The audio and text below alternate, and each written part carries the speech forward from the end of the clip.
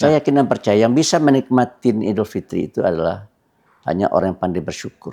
Ya. Gitu. Itu kata kuncinya, pandai bersyukur. Pandai ya. bersyukur. Ya. Jadi tradisi Muri ini menurut saya adalah membagi dan meratakan kesejahteraan. Ya. Tuh, Jadi luar ekonomi biasa, tidak hanya di kota besar saja. Ya biasanya kan yang mudik itu kan orang yang tinggal di kota kan gitu ya. Jangan karena mudik dia bermasalah ya. Misalkan dia mudik tidak punya uang lalu minjam-minjam, itu jangan seperti itulah ya. Okay.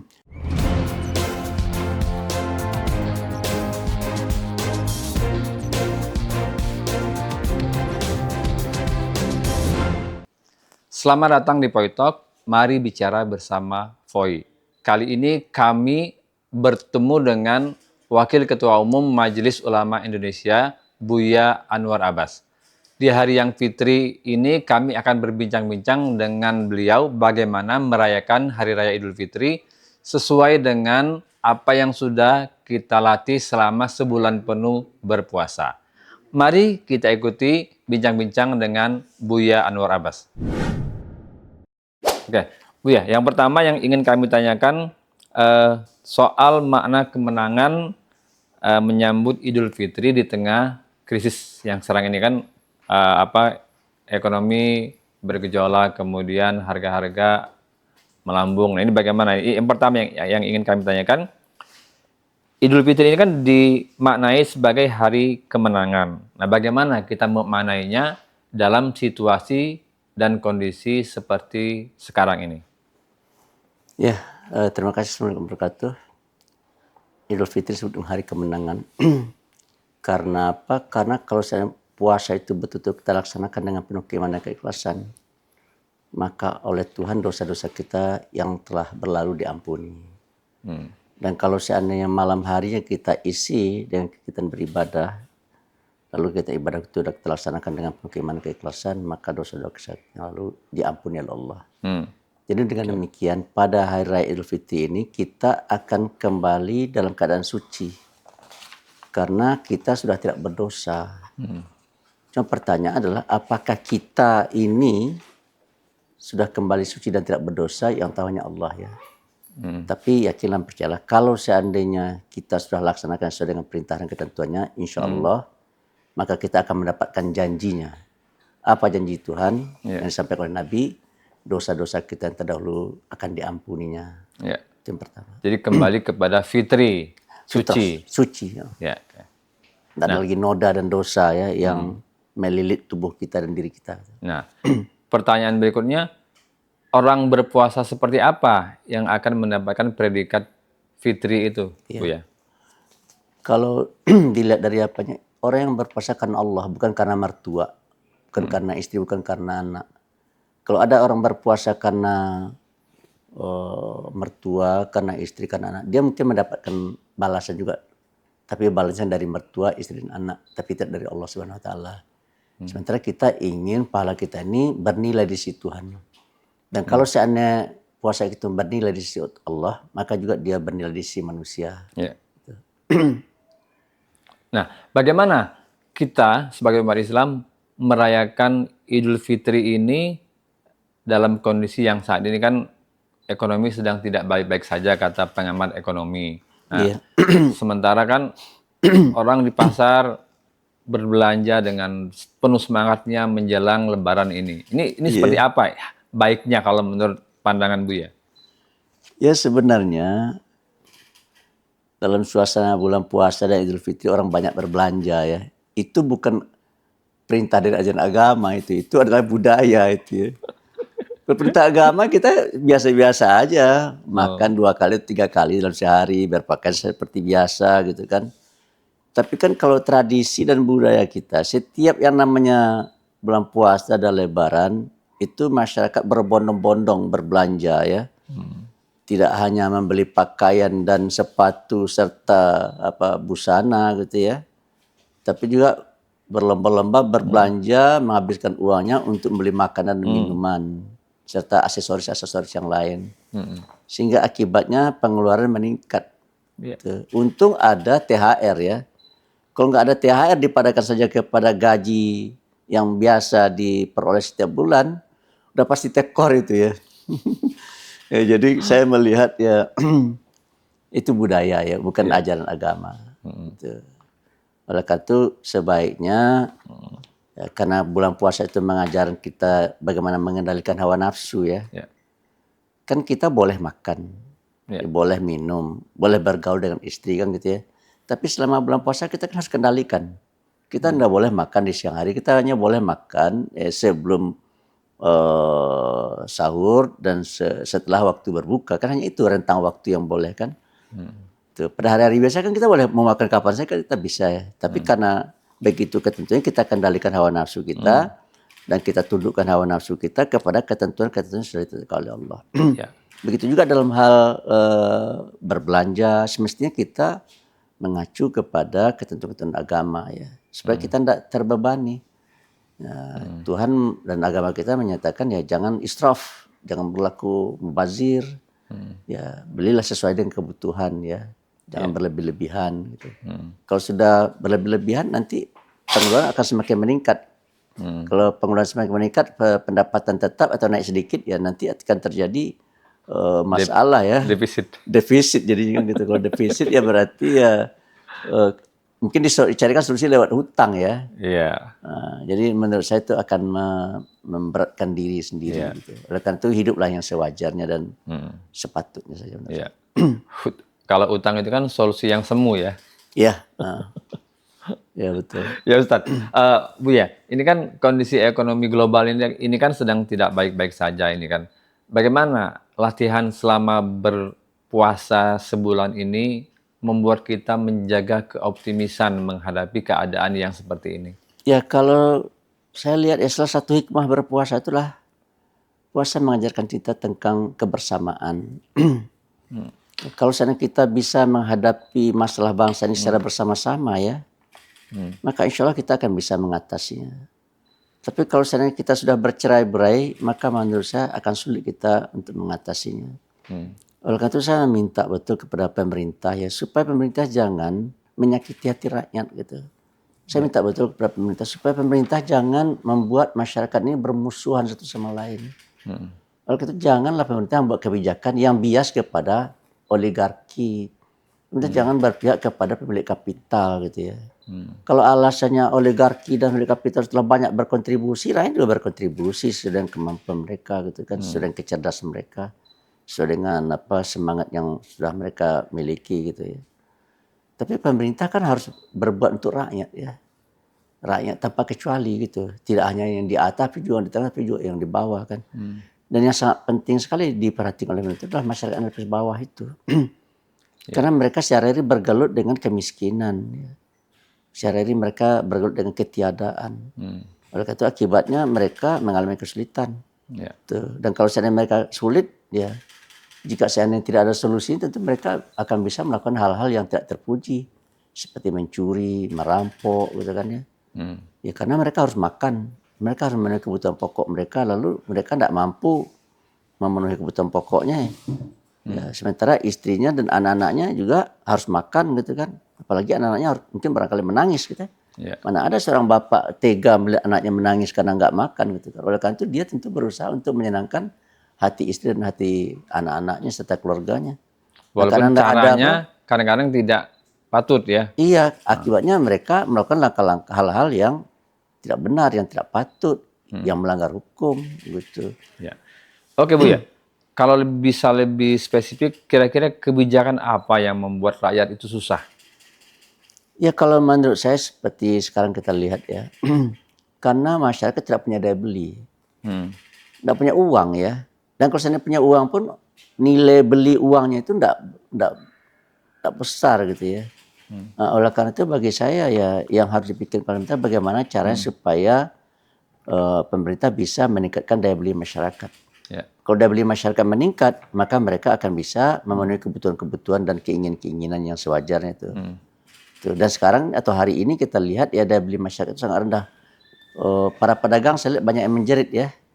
Pedagang pakaian banyak yang menjerit karena jumlah pengunjung yang datang sangat sedikit, jumlah orang yang berbelanja sangat sedikit karena mereka tidak punya uang. Gitu. Oleh karena itu ya untung ada THR ya. Tapi juga ada pihak perusahaan tertentu yang nggak bisa memberikan THR kan. Tuh, mereka-mereka yang dapat THR ya agak bisa tersenyum lah ya, meskipun tidak terlalu lebar senyumnya gitu. Tapi mereka-mereka yang tidak dapat THR atau yang nilai THR-nya rendah sekali, ya tentu mereka bersedih ya. Dalam situasi yang kayak begini, saya terus terang saja ya menghimbau kepada masyarakat ya, ya kalau seandainya kita ini tidak punya uang ya, maka sesuaikanlah pendapatan kita, pembelanjaan kita dengan pendapatan kita. Gitu. Sesuaikan pasak dengan tiang, jangan lebih besar pasak daripada tiang ya. Kalau besar pasak daripada tiang, maka tiangnya bisa roboh, bisa hancur ya. Oleh karena itu ya pandai-pandailah dalam mengolah keuangan gitu ya, supaya hidup dan kehidupan ini bisa dilalui secara baik. Tidak terbebani oleh hutang dan piutang. Ya. Di tengah kondisi yang sulit seperti ini kan kita kan merayakan Idul Fitri, merayakan hari kemenangan. Nah, yang wajarnya itu seperti apa merayakan hari kemenangan yang tidak memaksa atau tidak berlebihan itu seperti apa, Bu ya? Ya kalau bagi saya ya kan Nabi menganjurkan ya, kalau seandainya kita sudah melewati Idul Fitri ya, melewati bulan puasa ya, kita dianjurkan oleh agama kita untuk bermaaf-maafan. Ya bahkan Nabi kalau akan melakukan sholat Idul Fitri, jalan yang dia tempuh sebelum sholat dengan jalan yang dia tempuh setelah selesai sholat itu berbeda itu. Nah, jadi situ maknanya apa? Kita diharapkan betul supaya sering-sering berhubung-hubungan dengan sesama gitu ya. So yang namanya dosa itu, dosa kepada Tuhan hanya bisa diampuni oleh Tuhan. Dosa kepada sesama tidak bisa diampuni oleh Allah, tapi hanya bisa diampuni oleh sesama. Oleh karena itu ya kita mengharapkan supaya ya kita berusaha sekuat tenaga kita untuk bisa menjalin komunikasi dan untuk bisa saling maaf-memaafkan gitu ya. Dan kalau seandainya kita bisa saling memaafkan, maka menurut saya ya dosa kita kepada Allah habis, dosa kita sesama juga terhapus gitu kan. Nah, apalagi yang dicari itu ya dari perspektif diniyah, perspektif agamanya, kita sudah jelas akan menjadi orang yang beruntung. Karena tidak ada lagi punya dosa kepada Allah dan tidak lagi punya dosa kepada sesama. Gitu. Nah, kemudian bagaimana Islam mengajarkan agar mereka yang berkecukupan bisa sharing atau berbagi kepada mereka yang kekurangan? Dalam agama kita ada beberapa perintah Tuhan. Pertama kita disuruh membayar zakat, zakat mal, dan kedua zakat fitrah. Di bulan puasa ini kan ya dianjurkan. Orang yang mengeluarkan uangnya untuk kepentingan kebaikan di bulan puasa itu pahalanya jauh lebih besar daripada bulan-bulan yang lain. Oleh itu zakat mal itu sebaiknya dibayarkan pada bulan puasa ya. Tapi tidak di bulan puasa pun juga boleh ya. Tapi kalau seandainya kita bisa keluarkan pada bulan puasa ya tentu saja kita akan mendapatkan pahala yang berlebih. Tuh. Dan juga kita dianjurkan untuk membayar zakat fitrah. Setiap orang yang berkelebihan di malam Idul Fitri maka wajiblah bagi dia untuk membayarkan zakat fitrah. Saya menyimpulkan ya, karena masyarakat kita cukup peduli juga kepada sesama ya, mungkin tidak ada orang yang nggak wajib membayar zakat fitrah menurut saya. Orang miskin pun di malam Lebaran menurut saya juga wajib membayar zakat fitrah. Nah, coba bayangkan tuh, orang yang biasanya menerima zakat fitrah atau zakat mal pada malam Idul Fitri, dia juga datang ke tetangganya yang miskin untuk berbagi. Dan tetangga yang miskin itu juga datang ke tempat-tempat yang lain untuk berbagi juga. Nah, sehingga kesimpulannya apa? Kesimpulannya adalah bahwa hubungan antara kita sama kita akan baik ya. Ya, tidak hanya dengan orang yang berkecukupan hubungan kita baik karena orang yang berkecukupan membantu kita, tapi dengan sesama kita yang tidak berkecukupan juga akan bisa terbangun dengan baik. Karena apa? Karena di antara yang tidak saling berkecukupan ini juga saling membantu. Tuh. Jadi saya melihat nih sebenarnya secara substansial kita lihat ya, ada khulwatul iman, ada kemanisan iman, kemanisan dalam pergaulan ya, yang diajarkan oleh Islam gitu. Kalau seandainya hidup ini menjadi manis itu kita akan tertarik kan ya. Tapi pertanyaannya adalah apakah hidup kita sekarang ini sudah manis? Nah, itu sangat tergantung juga pada hati kita, perasaan kita. Kalau seandainya kita itu tidak qanaah ya, tidak bersyukur dengan nikmat-nikmat Tuhan, maka mungkin menurut saya ya dia tidak akan bisa merasakan bagaimana nikmatnya beragama ya. Dia tidak bisa merasakan bagaimana nikmatnya beridul fitri gitu kan. Saya yakin dan percaya yang bisa menikmati Idul Fitri itu adalah hanya orang yang pandai bersyukur. Gitu. Itu kata kuncinya, pandai bersyukur Pandai ya. bersyukur. Ya. Nah, bicara soal zakat fitrah tadi kan, kalau yang Buya terangkan tadi kan, orang yang biasa menerima zakat mal pun pada malam Idul Fitri kalau punya kelebihan Iya. Dari apa yang dia harta, butuhkan untuk dikonsumsi, dia menyerahkan lagi Iya. ke orang lain yang membutuhkan. Iya. Kalau begitu potensinya sangat besar sekali. luar biasa. Luar biasa, Luar biasa. dikalkulasikan semua penduduk Secara Indonesia yang muslim. ekonomi dan secara ruhaniah ya. Secara ekonomi terjadi peredaran uang yang luar biasa ya. Peredaran komoditi yang luar biasa. Tapi secara ruhaniah ada saling peduli, saling bersimpati ya, saling tegur, saling sapa. Sehingga akibatnya masyarakat itu akan terbentuk menjadi sebuah masyarakat yang indah ya. Coba bayangkan, memberi itu indah. Gitu. Memberi itu indah. Dan menerima itu juga indah kalau seandainya kita ikhlas menerima gitu. Itu indah. Kalau ada take and give, kita lihat ada proses take and give itu indah sekali itu ya. Gitu. Sekarang yang miskin juga, yang biasanya miskin sekarang bisa memberi juga ya. Tuh, itu kan tidak mudah juga tuh ya. Selama ini dia hanya bisa menerima saja kan. Ya. Tapi di malam Idul Fitri karena dia berlebih, dia juga harus belajar memberi. Gitu. Makanya liun fikzu saati min saati. Adalah orang yang berkelapangan itu menginfakkan sebagian hartanya sesuai dengan kelapangannya. Memangku dengan rezeki. Barang siapa yang cekak rezekinya, falyum fik mimma atalla. Maka hendaklah dia menafkahkan hartanya sesuai dengan tingkat kecekaannya itu. Ya. Jadi kalau sedikit yang dia dapat, ya dia infak juga lah. Sesuai dengan sedikit yang dia peroleh itu. Iya.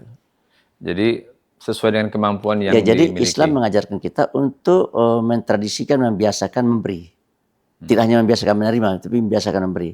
Orang yang biasa menerima selama ini menerima karena dia fakir dan masakin, di malam Idul Fitri dia juga mungkin barangkali karena sudah berlebih dari dia juga memberi.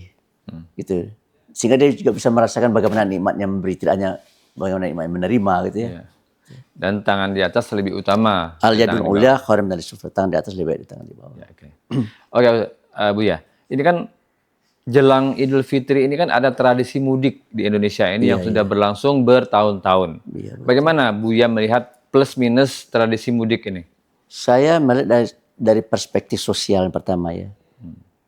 Itu kalau ada ibu kita, saudara kita di kampung kita kunjungi itu bahagianya luar biasa ya. Tidak terukur tuh dengan materi menurut saya itu ya. Tuh, sehingga keakraban dalam keluarga, keakraban dengan warga masyarakat tempat kita berasal itu semakin meningkat ya. Sehingga kita bisa merasakan bagaimana manisnya bergaul. Tuh. Saya rasa kan kita ingin happy, ingin bahagia ya. Dan saya rasa orang yang mudik itu umumnya pada bahagia asal saja dia mudik itu bukan untuk berbangga-bangga gitu kan ya.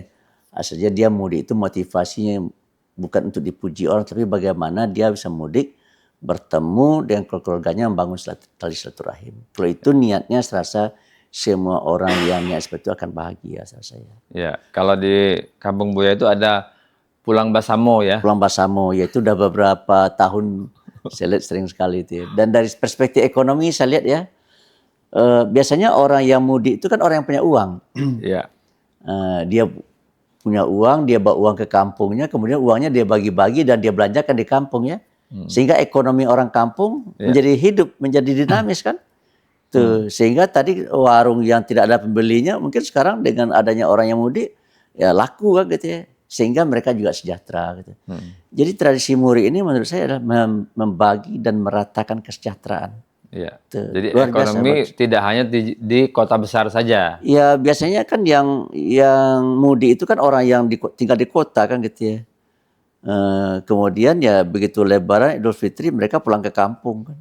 Atau mungkin juga dari kota ke kota mereka juga bisa mudik ya. Ya. Tapi umumnya kalau kita sebut mudik itu orang menyatakan itu pergi ke desa, ke tempat asal mereka gitu kan. Ke daerah udik seperti namanya. Ya udik ya, udik itu apa itu? Jauh dari kota ya. Hulu. Hah? Di hulu daerah Di hulu, jauh dari kota kan gitu ya. Ya. Nah, Islam itu kan mengajarkan keseimbangan dalam kondisi yang tadi kita bahas. Bagaimana mudik, keinginannya mudik itu kan positif. Tapi kalau kondisinya tidak memungkinkan atau tidak dapat THR itu seperti apa? Ya saya melihat ya orang yang akan mudik itu ya jangan karena mudik dia bermasalah ya. Misalkan dia mudik, tidak punya uang, lalu minjam-minjam, itu jangan seperti itulah ya. Dia mudik tapi uang dia sangat terbatas ya. Sehingga nanti kalau balik lagi ke Jakarta, ke kota gitu ya, dia harus berutang kiri kanan gitu di kampungnya, jangan seperti itulah menurut saya. Jadi kalau bisa yang mudik itu adalah orang-orang yang memang kalau dalam bahasa haji istitoah lah untuk mudik itu. Yang enggak istitoah, yang enggak mampu secara fisik enggak sehat ya, kemudian secara ekonomi dan keuangan juga enggak sehat ya. Tunda aja lah mudik ke tahun depan gitu menurut saya ya. Tapi Jangan kadang-kadang kita juga memaksakan tidak bisa diri. mencegahnya karena bagi mereka mudik itu memang sebuah kesenangan tersendiri gitu, tidak bisa juga kita melarang ya. Ya oleh karena itu kalau seandainya keadaan ekonomi kurang ya pandai-pandailah mempergunakan uang ya, pandai-pandailah dalam berjalan supaya tidak ada masalah dalam perjalanan sewaktu ada di daerah Udik gitu ya. Ya, Oke, Buya, kembali ke persoalan puasa. Puasa itu kan kita berlatih selama 1 bulan. Nah, ini bagaimana relevansinya dengan ketika kita menghadapi kesulitan ekonomi seperti yang saat ini banyak dialami masyarakat? Ekonomi kita kayak begini kan karena ulah pelaku orang-orang tertentu ya. Ya, misalkan mereka tidak mau berpajak ya. Duit mereka banyak, tidak mau berpajak. Kemudian mereka itu mencuri uang negara gitu kan ya. Kita kan kaget juga itu. Kasus di Pertamina itu hampir 1.000 triliun. Ya kan, di Timah itu sekitar 300 triliun. Berarti kan kekayaan alam kita ini atau kekayaan negara ini jatuh ke tangan segelintir orang saja kan gitu ya. Pertanyaannya rela nggak kita tuh ya? Nggak rela lah gitu ya. Oleh karena itu ya kalau Pak Prabowo ingin sukses sebagai presiden, maka menurut saya ya sesuai dengan janji dia ya. Beliau kan punya janji diantaranya makan bergizi. Yang kedua memberantas korupsi kan gitu ya. Tuh. Kalau seandainya Pak Prabowo gagal memberantas korupsi, citra Pak Prabowo akan menurun. Oleh karena itu saya meminta betul kepada Pak Prabowo, jangan Pak Prabowo takut dalam memberantas korupsi ya. Karena kalau Pak Prabowo gagal memberantas korupsi, kepercayaan masyarakat pada Pak Prabowo akan turun. Trust pada Pak Presiden akan jatuh, dan itu tidak baik bagi kehidupan sebuah bangsa ya. Kehidupan sebuah bangsa, sebuah negara itu akan bagus kalau seandainya rakyatnya percaya kepada presidennya, kepada kepala negaranya. Dan kalau seandainya rakyat sudah kehilangan kepercayaan kepada kepala negaranya, itu chaos itu ya, chaos. Oleh karena itu saya minta betul lah kepada presiden supaya presiden berserius-serius memenuhi janjinya ya. Kalau masalah makanan bergizi itu menurut saya supaya Pak Prabowo tidak terlalu terbebani ya, janganlah seluruh anak-anak itu dikasih makan. Ya. Yang dikasih makan itu adalah anak-anak yang sesuai dengan amanat konstitusi pasal 3465, yaitu fakir miskin, anak terlantar dipelihara oleh negara. Jadi yang dikasih makan oleh negara dan pemerintah itu menurut saya cukup anak-anak yang fakir dan miskin. Anak-anak konglomerat tidak usah dikasih lah. Anak-anak orang kaya tidak usah dibiayai dengan makannya dengan APBN dan terus saya. Harus selektif ya pemberian. Selektif kalau menurut saya. Dan jika itu dilakukan oleh Pak Prabowo ya, maka ya kalau jumlah orang miskin di negeri ini kan hanya 25 juta. 25 juta itu kira-kira berapa itu dari jumlah penduduk itu? Hanya sekitar 8% mungkin barangkali ya. Sekitar 8% ya. Nah, jadi dari anggaran yang ada hari ini hanya cukup Pak Prabowo menyediakan 8% cuma. Sehingga yang lebihnya itu bisa dipergunakan oleh Pak Prabowo untuk melaksanakan program-program beliau yang lain ya, seperti mengentaskan kemiskinan ya, menciptakan lapangan kerja gitu kan, sehingga jangan ada kata-kata dari salah seorang menteri dan petinggi negerinya menyatakan bahwa kita harus mendahulukan makanan bergizi ya. Memang rasional. Kenapa? Ya karena ya banyak anak-anak ya kita yang kekurangan gizi segalanya. Tapi berapa jumlah mereka yang seperti itu kan, itu kan dihitung ya. Kalau makan bergizi dahulukan daripada menciptakan lapangan kerja, berarti kan nomor satu kan mempertahankan gizi, nomor dua kan menciptakan lapangan kerja. Padahal sekarang banyak PHK kan gitu ya. Nah, kalau orang PHK kan orang punya pendapatan. Kalau orang punya pendapatan berarti kan kehidupannya akan semakin miskin. Kalau dia semakin miskin, dia tidak bisa memenuhi kebutuhan hidupnya, maka dia akan melakukan tindak kriminal itu. Selain dia anak-anaknya tidak akan sehat ya, dan dia juga secara sosial dia akan melakukan hal-hal yang tidak baik. Karena dia melakukan praktek-praktek yang akan mengganggu keamanan dan ketentraman orang lain. Ya. So orang daripada berperang dengan perut katanya lebih berperang dengan orang, berperang dengan polisi katanya kan gitu ya. Dan bagi Umar bin Khattab ya, ada orang mencuri ya, ditangkap, itu kan sebenarnya potong tangan. Tapi setelah dikatakan oleh Umar bin Khattab, dia mencuri karena untuk makan, untuk memenuhi kebutuhan perutnya saja. Hanya itu aja, sebesar itu cuma dia curi, dibebaskan dia gitu. Nah, saya tidak menganjurkan supaya miskin-miskin mencuri ya, tapi saya inginkan supaya pemerintah betul-betul memperhatikan nasib-nasib mereka yang termarginalkan, yang tidak beruntung ya. Dan itu sudah diamanatkan oleh konstitusi pasal 34 itu, fakir, miskin, terlantar di belah negara. Dari mana duitnya Pak Andrabas? Ya dari dana APBN gitu. Dari mana APBN-nya? Dari pajak ya gitu, dari keuntungan usaha,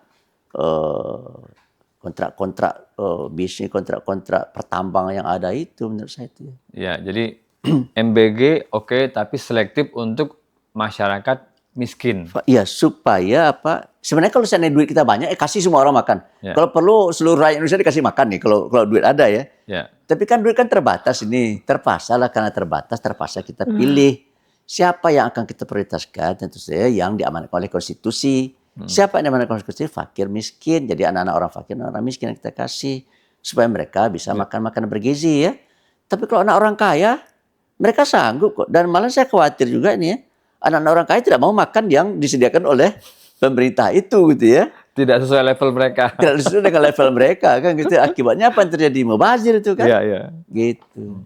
Oke Bu ya, kita kan sering sekali nih di Indonesia ini kan terdapat perbedaan dalam penentuan awal Ramadan, awal Idul Fitri atau 1 Syawal. Nah, ini bagaimana Bu ya melihat perbedaan-perbedaan seperti ini? Iya, kalau menurut saya kan ada 2 metode ya, ru'yah dan hisab. Ya.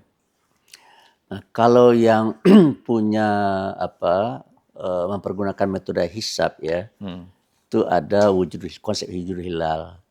Artinya bila seandainya matahari terbenam, kemudian bulan masih ada 0, sekian derajat, 0,1, 0,2 derajat, itu berarti bulannya sudah ada, berarti bulan baru sudah tiba, gitu kan. Itu wujud hilal, konsep wujud hilal ya.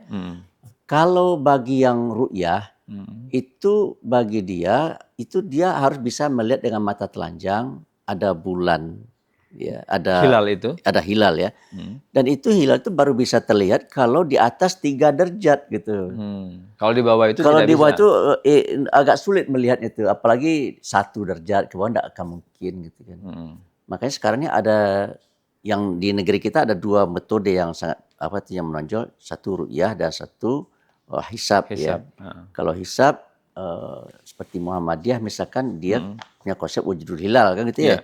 Asal ada hilal, ya maka besok sudah tanggal baru, berarti besoknya sudah Idul Fitri gitu kan ya. Tapi kalau yang ru'yah, kalau dia belum melihat bulan, maka dia akan genapkan bulan Ramadan itu menjadi 30 hari gitu kan. 30 hari. Tuh, setelah genap 30 hari baru esok harinya dia melakukan Idul Fitri, setelah Idul Fitri gitu kan. Tapi ada juga sekarang konsep kalender global. Ya. Konsep global ini begini. Misalkan hari ini hari Senin gitu ya, hari Senin. Kalau seandainya itu Seninnya kan di Indonesia hari Senin, di India Senin, di Saudi Senin, di Eropa Senin, di London Senin gitu ya. Kalau di daerah tersebut terlihat bulan, maka tanggal baru sudah masuk gitu. Kalau kita kan matlaknya kan hanya di negeri kita saja kan. Yeah. Tapi kalau ini matlak global gitu ya. Di mana saja di hari yang sama terlihat bulan, maka berarti bulan baru sudah tiba. Gitu. Nah, ini konsekuensinya begini nih. Yeah. Kalau itu diterapkan di Indonesia, sidang isbat tidak bisa itu jam 6 itu tidak bisa itu. Tidak bisa, tunda.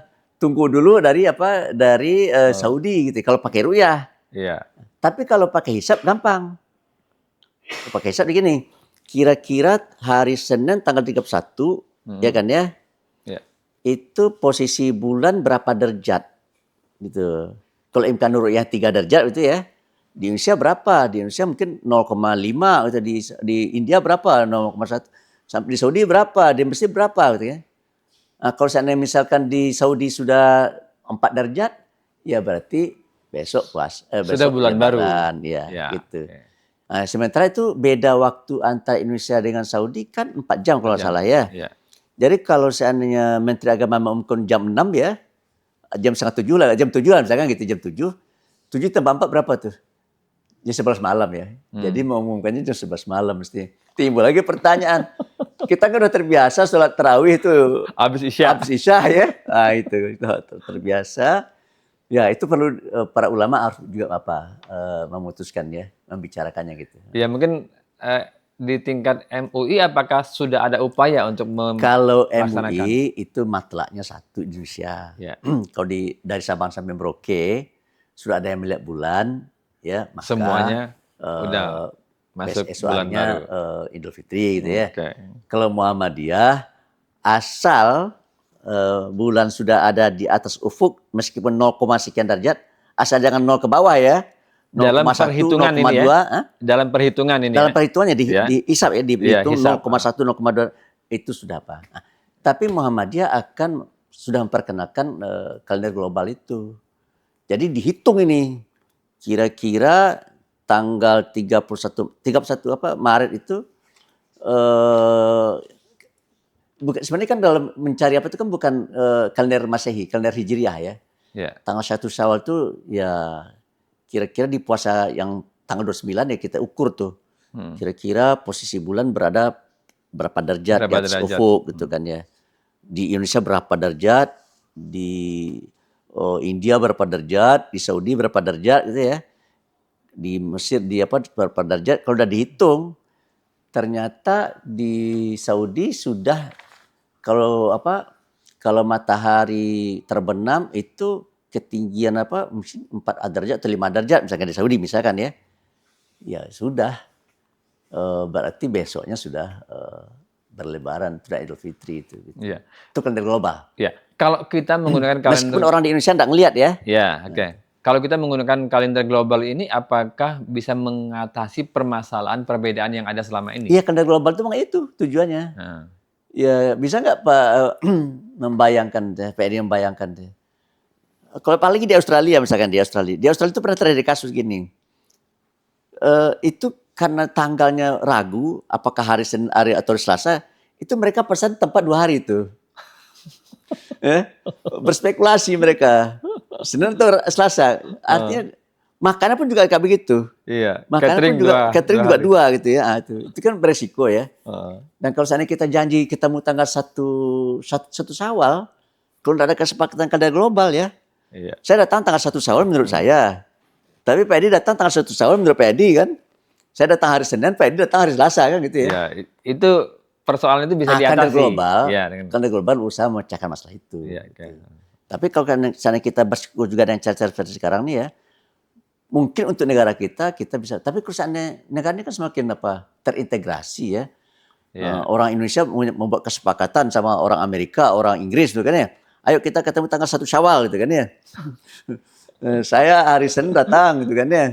Yang dari Amerika hari Selasa datang. Dari Inggris hari Rabu datang nggak ketemu kan. Lalu masing-masing marah itu kan. Kenapa kamu nggak datang? Kenapa? Saya udah datang. Saya datang tanggal 1 versi dia. Versi dia gitu. Oleh karena itu diperlukan kalender global ya. Supaya ada kesepakatan. Kan begini kata Mukti Ali. Dengan seni hidup menjadi indah. Dengan agama hidup menjadi terang. Dengan ilmu hidup menjadi mudah. Jadi pergunakanlah ilmu gitu supaya hidup ini kita mudah gitu kan ya. Kayak orang di Australia tadi kan tidak mudah itu. Terpaksa pesannya 2 hari. Menyewa gedung 2 hari gitu ya. Terpaksa menyediakan makanan untuk 2 hari gitu ya. Itu kan tidak mudah. Gitu. Susah. Ya mudah-mudahan dengan perbedaan ini tidak membuat umat terpecah ya. Iya, ya. Kalau masing-masing bersekuku dengan apa yang metode sendiri ya sudah. Marilah kita bertasamuh, mari kita bertoleransi ya. Yang puasa dulu ya menghormati yang puasa kemudian yang lebaran dulu menghormati yang lebaran kemudian menghormati yang lebaran dulu. Aja. Kan sudah sering kita hari ini sudah takbiran, tapi masih ada yang puasa umat kita yang lain. Itu sering sekali. Dan saya rasa rakyat kita, bangsa kita sudah terbiasa juga ya. Asal saja pemerintah jangan ikut campur. Ya, itu kuncinya ya. Itu kuncinya. Tapi kalau pemerintah ikut campur itu agak berbahaya ya. Misalkan contohnya begini.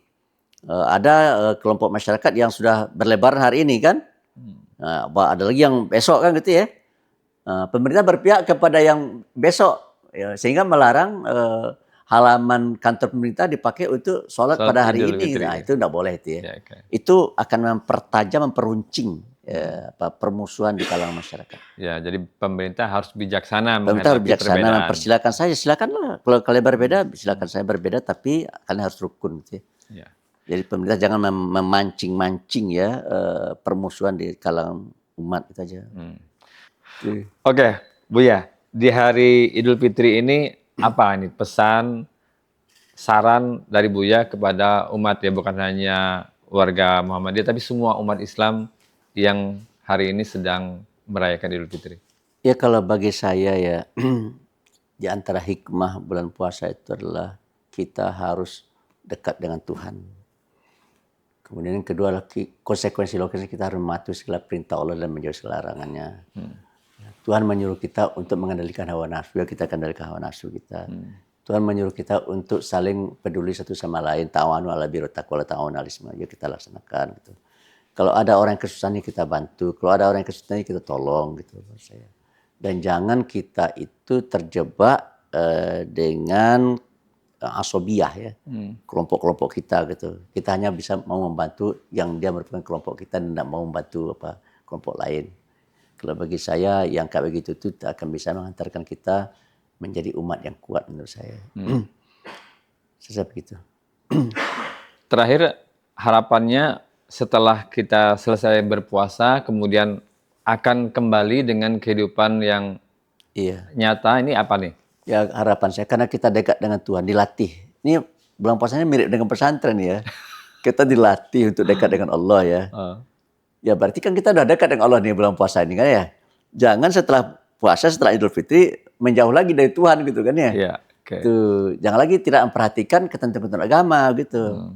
Jadi bawalah Tuhan, bawa ajaran agama ke dalam kehidupan kita sehari-hari. Ketika kita bekerja di kantor kita ya ajaran agama harus dibawa, jangan ditinggalkan di rumah gitu ya. Jadi latihan selama sebulan itu kita implementasikan setelah bulan Ramadan ini. Iya, ya kita bulan puasa kan karena ketika kita berpuasa kita sendiri aja kan bisa makan bisa minum tuh kan ya. Tapi kita kan tidak lakukan itu kan karena kita ingat Tuhan bahwa kita diawasi oleh Tuhan. Dalam hari-hari biasa tidak begitu nanti setelah bulan Ramadan berlalu ya. Ya, ketika ada orang menawarkan kepada kita sesuatu yang menggiurkan tetapi tidak boleh lalu agama ya kita tinggalkan. Sebenarnya secara teoritiknya ya setelah bulan puasa ini tidak ada lagi korupsi di negeri ini itu lagi. Harapannya itu ya.